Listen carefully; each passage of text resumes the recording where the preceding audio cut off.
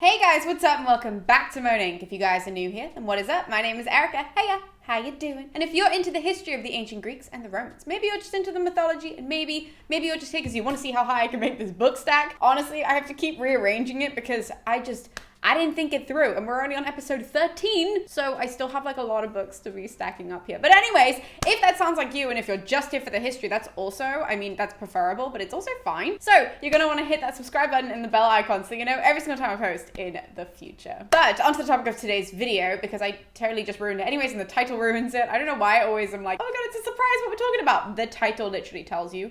And it tells you the sentence as well that I'm gonna say. So basically we've ruined the entire video and I've just pointed it out to you, so now you're all gonna skip ahead. Whatever, basically we're gonna be discussing book 13 of Homer's Iliad. So let's just get into it. So if I could summarize book 13 into literally one sentence, it would just be that little Ajax and Idomeneus, they get a moment in battle to shine, which we love. We haven't had that yet. So I thought that it would be best to highlight those two. There is a lot, though, that happens in this book. Just so that you guys know, basically the way that I do these episodes is that when I was rereading the Iliad like a couple of months ago, I made these very, very extensive notes because I'm trying to put together like a study pack for you guys. So I have these like crazy notes and summaries of everything and timelines and whatever. So when I'm doing this, I do reread the chapter like the day before I film the video. And then I go into those notes to then summarize sort of what I think then reading it for the first time again is important to mention to you guys, and then little details from my notes and from the book as well that I've pointed out, little, you know, funny quips that I wrote in and things like that. And my notes for book 13, they were 6 pages long, double-sided. So there's a lot that I'm gonna be missing out today. Because if I go into all those notes, holy crap, we're gonna be here for a lifetime. So I'm not gonna do that to you. I'm not even gonna do that to myself because I have things to do this evening, honestly. So like, I'm not gonna sit here and just go through 6 double-sided pages of notes from book 13. Instead, we're gonna be summarizing and really just focusing on little Ajax and Idomeneus, really. And I will obviously, as I normally do, I will point out like I'm missing a detail here and there's this sort of battle going on here and all of that sort of stuff. So I will be pointing that out to you, but I would advise that you guys just go back and read this book if you need to for school, because there is absolutely no way that I can get through everything in this video, but this is already taking up loads of time and I could be describing all the things that I'm missing out in this time that I'm using to tell you why I can't do that. So let's get into the story. So the book opens and Zeus has told all the gods, as he has in like every other book up until this point, he tells them not to get involved because it's just going to be a Greeks versus Trojans fight today. It's just going to be a mortal fight. No god can get involved. And Homer tells us that he has complete and utter faith in all of the other Olympians. Why? I don't know why he does, because in every single book someone tries to retaliate, and obviously someone's going to try and retaliate this book, because Zeus then leaves, because Zeus is just like, well, I trust that all of my children and my siblings are not going to get involved in the fighting. I can go and rest. And obviously Poseidon couldn't give two right? Because he hasn't gotten involved yet. Now Poseidon's coming through. So Poseidon is sitting on this like Thracian port thing, right? Because that apparently is like the best view of Troy. So he's watching and he's just like, you know what? This is totally unfair. Zeus is being a quite frankly. So no, I'm gonna go in and I'm gonna fight for the Greeks because they don't deserve to lose. That's the whole point. Remember that like the reason why the gods get involved on the Greek side is because they are the stronger army. They should be winning. It's their fate to win. So why is Zeus being ridiculous, basically? Poseidon is now getting rallied up, sort of in the same way that like Hera was. Well, when is Hera not rallied up, honestly? But either way, so he's getting mad and he decides he's gonna get involved now, which is interesting because he then is like, well, I have to go home and pick up all of my armor, right? This makes logical sense. Part that doesn't make any logical sense is that he takes 3 steps into the water and then on the 4th one, he's home. So I'm like, how big are your steps, mate? More importantly, are you more so like leaping? Do gods have bigger steps, or is it because you're in the water that you're actually more so like half swimming down there? Like, I just have like lots of questions about how Poseidon managed to make it all the way to his palace. Maybe the palace is just really close to the surface and they don't want to write that because then he sounds like super lame. Maybe he doesn't like the deep sea. I don't know. They don't tell you any of that in the book, so I'm a bit like, where is Poseidon going that it's only 3 steps? Is it close or is it really far? Because one would just show you that he's kind of lazy, that he managed to, whatever. Either way, he takes 4 steps in total, and he ends up at home. And he puts on all of his armor. It's supposed to be like really pretty because, you know, it's gold and it's shiny and whatever. And then he picks up his horses as well and his chariot, and he makes sure that his horses have like a golden bridle and they have like golden reins and it's all really glittering and gold and beautiful and godly. He hops in the chariot and then he off over to the Greeks. Now, before he gets to the Greek army, he has to drop off his like chariot, right? Like, this is logical. We love these little logical moments. Gotta drop off his chariot. Can't obviously bring these like glittering golden horses to the Greeks because they would never believe then that he was immortal if he wants to take on the form of a mortal. See what he's doing. So he then leaves them in a cave basically, and he's like, you guys can just eat in here and just chill the out, there's my chariot, whatever. And he leaves the horses to relax. And he instead takes on the guise of Calchas. So do we remember the seer? I mentioned him in like book 1. He's the seer of the Greeks, the main seer that's in Troy. He delivered all of these prophecies to Agamemnon and all of this. So Poseidon takes on the guise of him and he goes to speak to Ajax squared, which is fantastic, right? Because we love that they're going to be given a moment to shine, and he decides that it's now their time. So he goes to talk to them in the guise of Calchas. And he says, like, look, guys, today's going to be really tough, but you guys are in charge. This is what I see that the gods want for you. You guys have to lead the Greeks into battle. You have to really focus on Hector, though, because Hector is favored by Zeus. That's obviously really important, not because Hector is necessarily more powerful, but just the fact that Zeus is constantly on his side in battle, that obviously Poseidon has to like point this out and is like, guys, just keep track of him and it should be okay. Just make sure that he's not getting carried away. And then he does this really weird thing.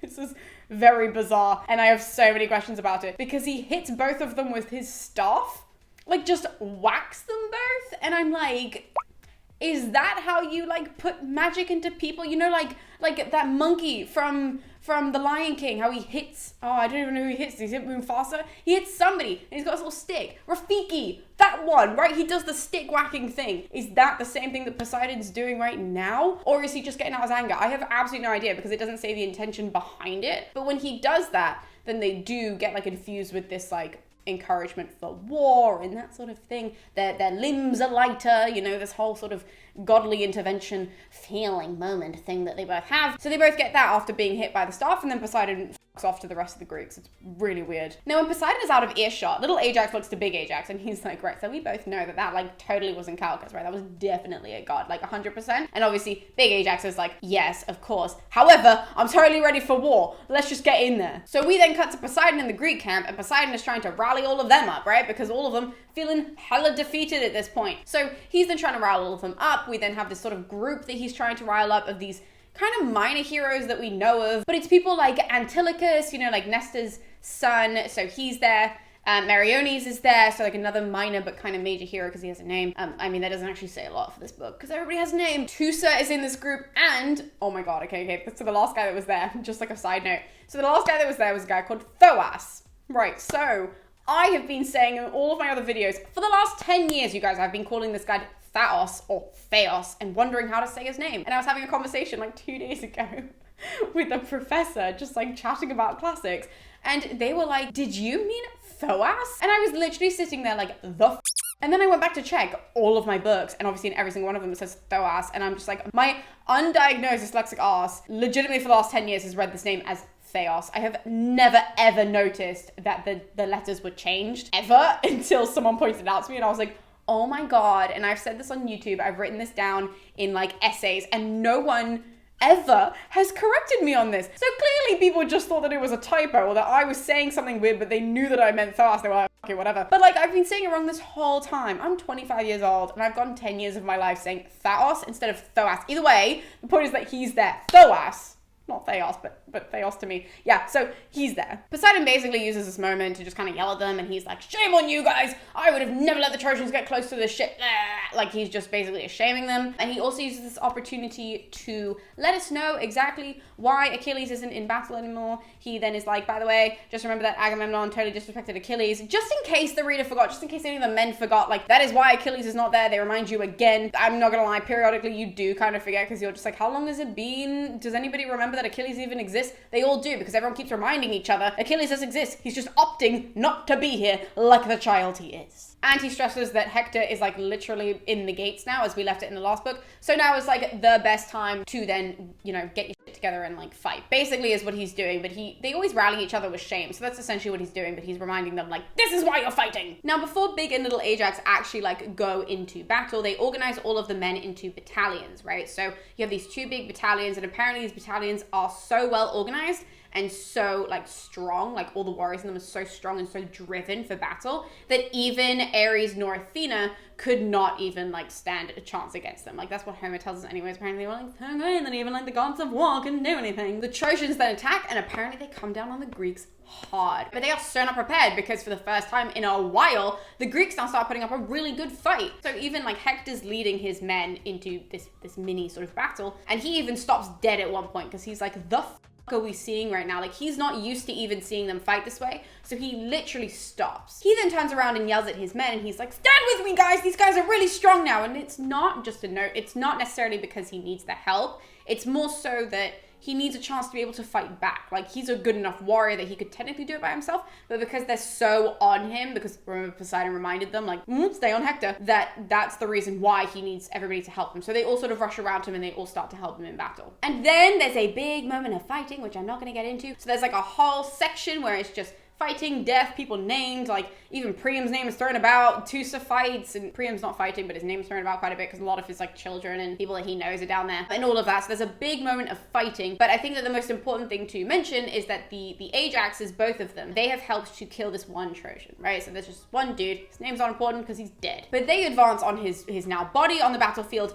in order to tear away his armor. As I keep saying, that's something that they do in order for like prizes and all of this, so they go to do that. And there's a massive red flag here from Little Ajax, because Little Ajax runs over to the body, the dude's dead, and Little Ajax decides to chop off this guy's head, like just clean off when he's on the ground dead. I'm surprised that Big Ajax didn't say anything to him in this moment, but he's probably too busy with the armor, to be fair. But Little Ajax chops the guy's head off and then throws it at the Trojans, which is dark anyways, but then the head rolls and like hits Hector in the foot, which is also just like, ew. So that's one moment in fighting that I just thought to mention, and now we're gonna cut to a different moment in fighting, because Poseidon, he's still there, right? He's in disguise, but he's still down there, and he's fucking pissed off at the Trojans because the Trojans killed one of his grandchildren, and he's like, no! So he goes to the Greek ships to try and like rile everybody up, and he runs into Idomeneus in the camp, because Idomeneus has been with like a bunch of his friends who need to get healing and all of this, so he's been walking them through that. And apparently he's described as being like eager to return to battle. He's only been gone like an hour max, I just want to say. Like, it's like it's been days since he's been in the infirmary with all of his men. Like, he's literally been gone like 30 minutes, an hour maybe, and he's already like, these guys, I need to fight again. Poseidon currently is in the form of Thoas.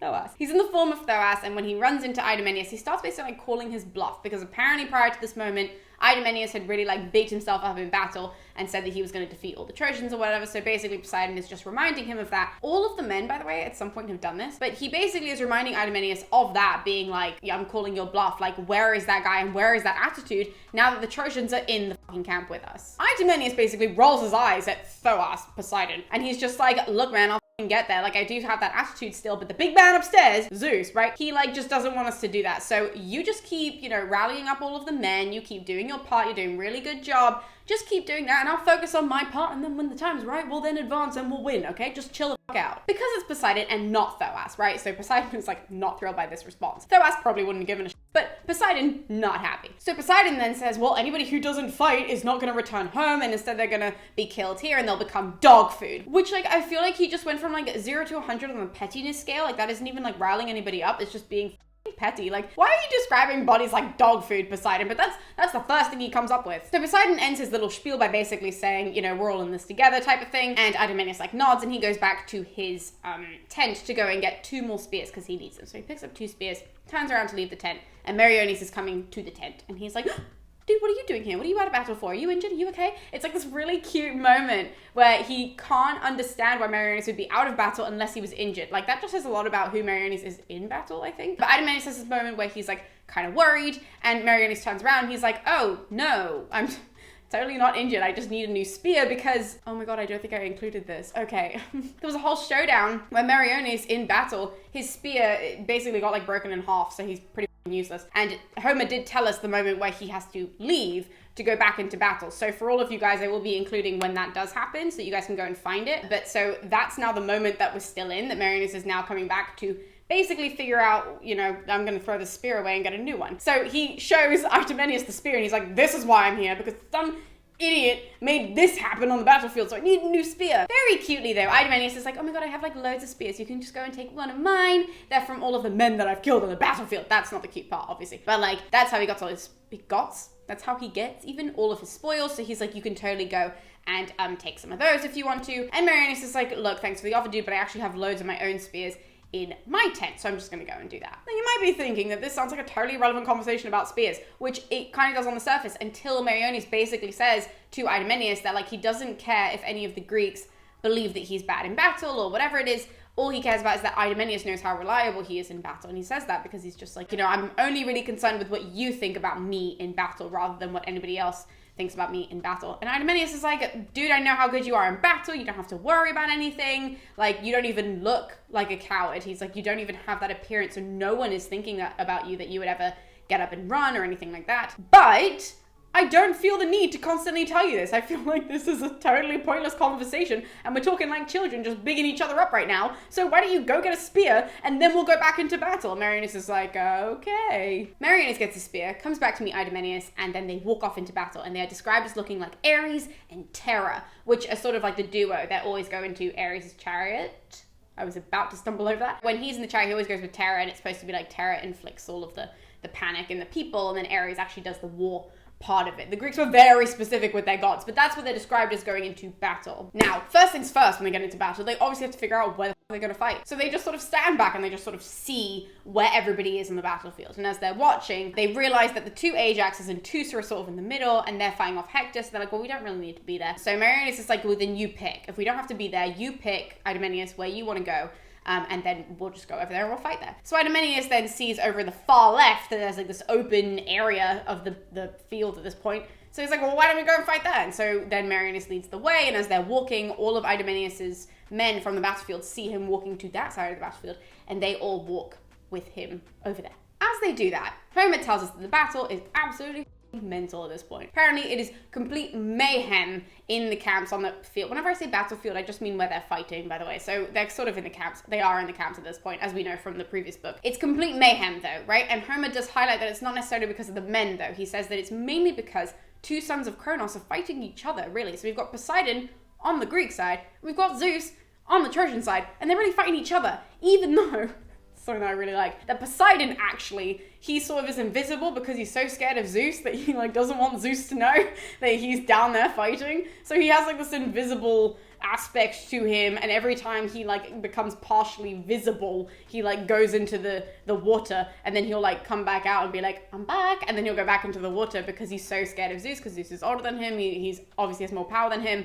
and knows more about power. So Poseidon sort of like hides himself, which like does not fit to a godly character whatsoever, but it's a nice little note. And Homer tells us an important note that the reason why Zeus is really only doing this is because he made that deal with Thetis. So the only reason why he's still on the Trojan side is because he told Thetis that he would help in honoring Achilles. So that's why he's doing this, okay? He's not doing it because he necessarily loves the Trojans. He does, but he's really doing it for her. So that's a note that's made like right now in order to remind us of the deal that the pair had made. We then cut to the mortals on the battlefield, and now we're gonna get some gory scenes. So if you are a bit squeamish, stop watching, just don't do it. Just clock out of the video now. So anyways, the next part of the video, we're actually gonna do something a little bit different because there are so many deaths, like so many deaths. And there's just so much stuff happening on the battlefield that I tried to record it and make it still really exciting for you guys, and it just like, it wasn't really working. So we're gonna switch to my whiteboard, and hopefully that helps you guys understand the battlefield a little bit more and the plays. So let's just cut to that. And I'll do a little bit of voiceover as we're going through it so that you guys can follow who's dying, who's killing who, and all of that. Right guys, battle scenes. So first things first, Idomeneus gets into a fight with this guy who's supposed to marry Cassandra. His name is not that important because he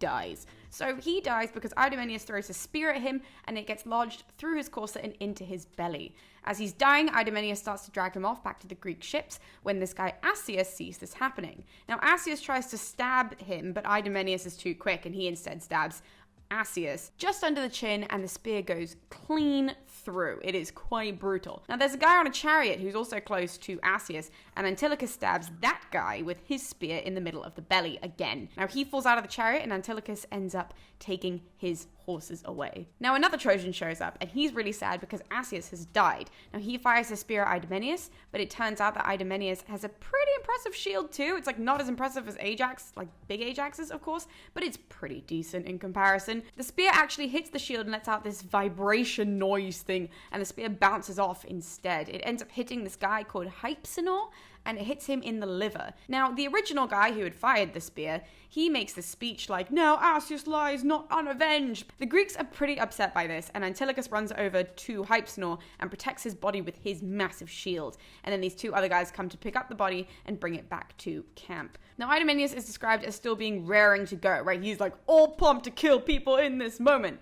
Now, this Trojan approaches, and he is actually Aeneas's brother-in-law via his sister.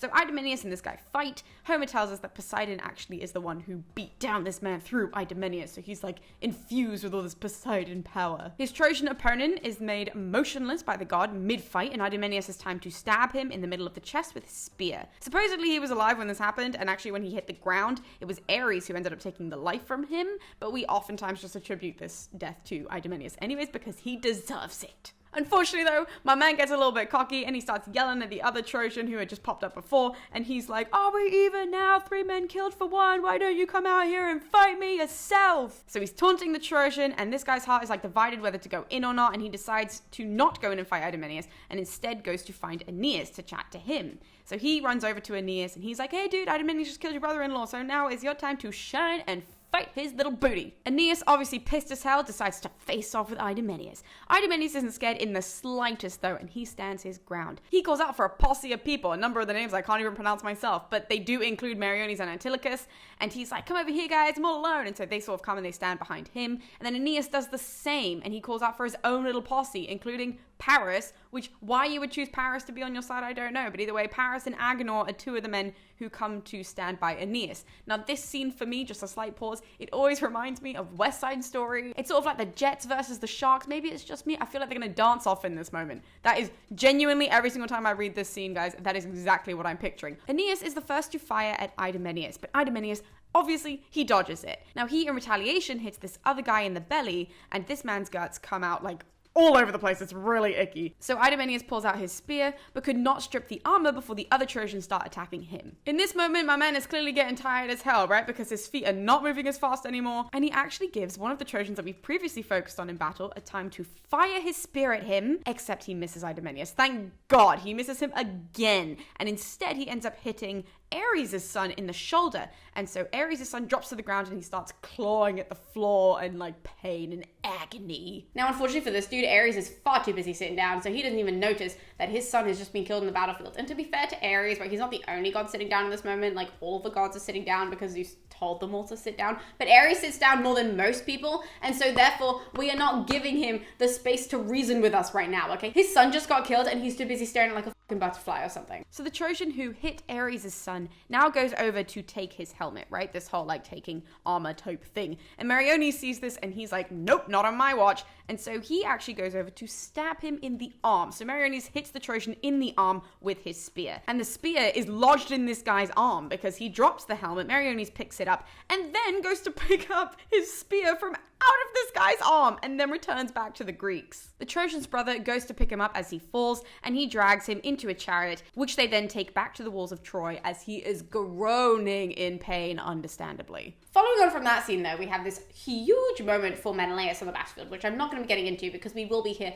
all day. And I know that you guys don't have time for that. Once again, I don't have time for that. So we're just not going to mention that, but you should be reading that part in the book because it really is a good moment for a lot of characters, not only just Menelaus. There's a big fighting chunk that I am cutting out right now. And it's because of that whole battle scene where the Greeks are really coming on to the Trojans and they're like really like basically slaughtering all of them. We then cut to Hector, who has no idea that this is happening, right? He's got no clue that his men are being slaughtered on the other side of the battlefield by all of these Greeks. So Hector is still holding the position that we saw him in the last book, right, where he broke through the gates. He's still holding that position, and the Greeks who are up against him are like Meges, who I had mentioned before, and I was like, oh, we haven't mentioned him. Yep, so now he has a moment to shine. We then have Menestheus, and we have Medon, or Medon, I'm not really sure how you pronounce that, but then we have that guy, and they're all sort of holding up the Greeks at that end with Hector. So that's who's fighting him and who's like pushing him off. And we get a little note here that Medon actually is the bastard son of Little Ajax's dad. So they are like half brothers. We get all these like random little like familial ties. I just think that I should mention them sometimes. So that's one of them that we get now. Despite his half brother putting up like a really good fight,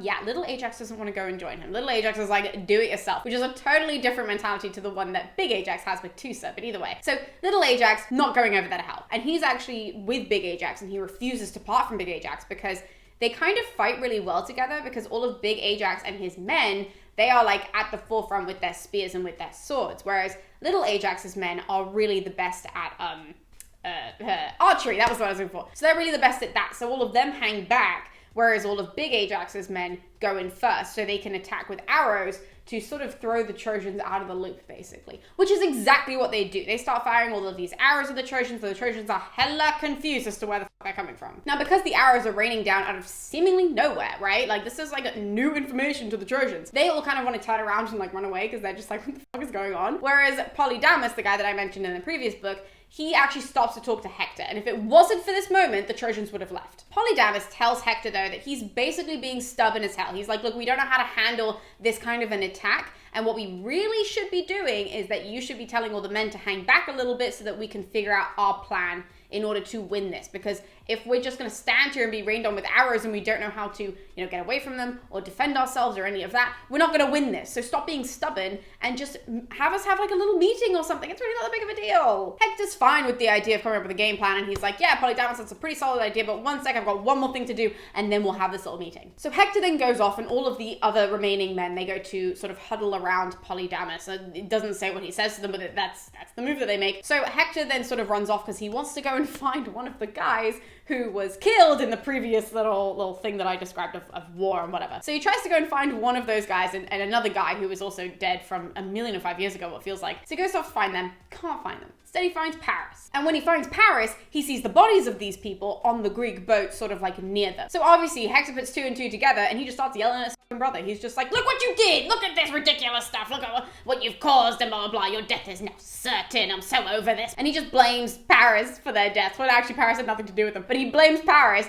and Paris, to be fair to him once again, he takes everything really calmly and like a champ. But he turns around and he's like, look, you blame me for a lot of things, dude. This one, not my fault. He then also says this really interesting thing, which actually I did make note of the line on my sticky note as well, like the quote as well as the line itself. And the line I think is really important for you guys to go note and you guys should go look at is line 787, where Paris says, but beyond his strength, like men, just men in general, beyond his strength, no man can fight, although he be eager. I think that's a really interesting very little mini philosophical line from Paris, which I'm like, ooh, I don't like you, but I do like that line. Hector doesn't really react, honestly. He's pretty like chuffed with whatever Paris says. As long as Paris isn't saying no, he's pretty chuffed, and Paris is just like, I'm ready to keep fighting. And so Hector's pretty happy with that. And Zeus is then described as like spurring on all of these other men in battle. He's like, come on guys, let's go. And Hector leads all of them into battle. And also his armor is described as like glittering in gold because it's supposed to be just like him. Ajax then steps forward and he basically is like, yo, you Trojans have to stop taunting us. Like, we know that you know how to fight and you know that we know how to fight. So why are we all standing around and just sort of staring at each other? He then says, your time has come, your city will fall to us, and you're gonna wish that your horses were as fast as hawks will make done with you. Like that sort of talk. On the trash talk-o-meter, that's pretty good, Ajax. We're gonna give it to you. Like, that is definitely not the worst that we've heard. I actually really like that. So that's what Ajax says, though, to Hector and his men. And Hector turns around and he's like, the did you just say to me? Excuse you? This is not your day. This is our day, and we're gonna kill the last lot of you. I paraphrase. Obviously, I paraphrase everything, but that is essentially what he says. And then they attack each other, and that's the end of the book. Ta-da! That's it. So that was book 13. I'm so sorry for my whiteboard intrusion. I actually just thought that was going to be the best way in editing. I had said all of this as per normal, but I just thought that would be the best way to show you guys who's dying, because I could use colors, and describing it was too difficult because I didn't want to include too many names that you guys weren't necessarily going to remember. That's always like my biggest fear, because I'm just like, oh my god, what if I just throw all these names of all these people who are going to die, and then it's just too confusing. So I thought that was the easiest thing. So if you actually enjoyed that little like whiteboard moment, then please let me know in the comments, and also like this video so that I know that you actually vibed with it. And if so, we'll do more battle scenes like that. I think they're probably going to be easier to describe rather than me just talking about it, because I understand that you guys can like lose track of who's who if you don't have a visual aid and it's just me being like, this guy, this guy, this guy. Not the easiest thing to follow. So if you guys enjoyed that, then please let me know. But we will be seeing you next time with book 14. I will be seeing you guys next time with more Iliad videos here on this channel. So we'll see you then.